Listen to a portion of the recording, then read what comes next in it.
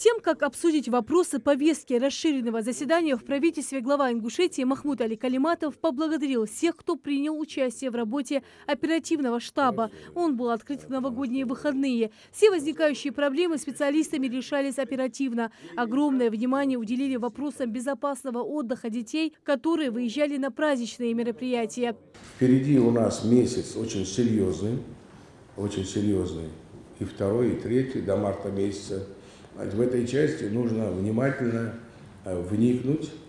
В дальнейшем надо также и в части обеспечения безопасности, да, в части выборов, которые у нас будут участки, участковые, наши территориальные, где это будет, что это будет. В этой части нужно посмотреть.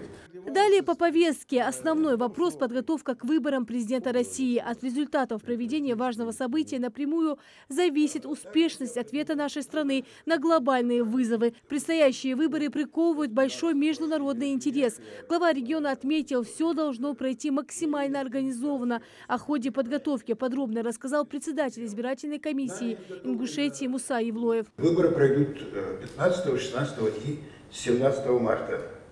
Подготовку к выборам на территории республики у нас осуществляет, собственно, избирательная комиссия республики, 9 территориальных и 142 участковых избирательных комиссий.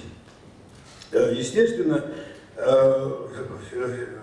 деятельность избирательных комиссий и всех, кто задействован в этом процессе подготовки к выборам, направлена на реализацию всех мероприятий, которые установлены как законодательством, так и соответствующими решениями Центральной избирательной комиссии России, в частности, календарного плана. Свое конституционное право люди должны выразить в удобных условиях, созданных для голосования. В первую очередь нужно обеспечить прозрачность и безопасность проведения выборов. Махмуд Али Калиматов поручил ответственным ведомствам уделить особое внимание технической исправности металлодетекторов, необходимых для организации работы в избирательных пунктах региона. Алгоритм выработан, все у нас сделано. Но есть одна вещь – безопасность. А из безопасности нужно обязательно необходимую вещь предоставить для правоохранительных органов, чтобы они сказали, все, работает, остальное это уже мы им передаем, и они работают. Архиважный вопрос, берите на контроль, давайте с кем, и с Виталием Викторовичем, и давайте с министерством, и избиркомом, отработайте данную вещь, вот, и обязательно, значит, на очередном рабочем штабе все эти обсуждайте и доводите до МВД. Следующий вопрос повестки – отбор граждан на военную службу по контракту. Подробнее об этом рассказал военный комиссар Ингушетии Заурбек Гадабошев. Задание для республики на 24 год составляет 600 человек. 600? 600. На январь месяц, согласно плану, мы должны призвать 38. На сегодняшний день призвано 3 человека. Один человек город Магаз, один Назановский район и один город Киргуар. Всего 7,8% от личного задания. Еще одно важное событие, которое отметят в Ингушетии в этом году – столетие образования ингушской государственности. Какая работа проделана по подготовке к событию, рассказала министр культуры Ингушетии Залина Льянова. Мероприятие в регионе должно пройти на высшем уровне. Ответственным министерствам необходимо проработать все вопросы. Далее на расширенном совещании подняли вопрос о принятии бюджетных обязательств по лимитам 2024 года. Это подписание государственных контрактов по реализации национальных и государственных программ. По итогам 2023 года общий объем средств, направленных на реализацию национальных проектов, составил 7 миллиардов 263 миллиона 870 тысяч. Из них федеральные средства 6 миллиардов 541 миллион и республиканский бюджет 722 миллиона. Из средств 2023 года бюджетные обязательства были приняты на 7 миллиардов 263 миллиона 21 тысяча. Бюджетные обязательства не приняты по следующим направлениям. Минздрав 230 тысяч, 390 рублей, это экономика.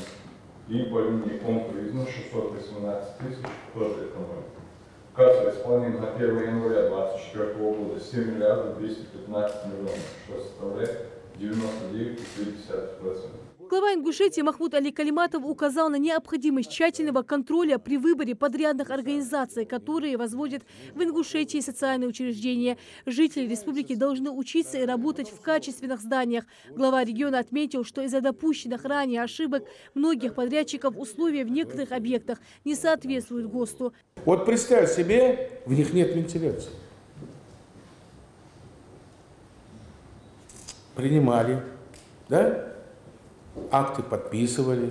Это же надо так ненавидеть республику, я считаю это так, ненавидеть детей, ненавидеть прям, чтобы из-за денег вентиляцию не сделать. Я говорю, где у них совесть должна быть, у них колючка выросла, наверное. Поэтому вот эти все вещи, Тимур Наилевич,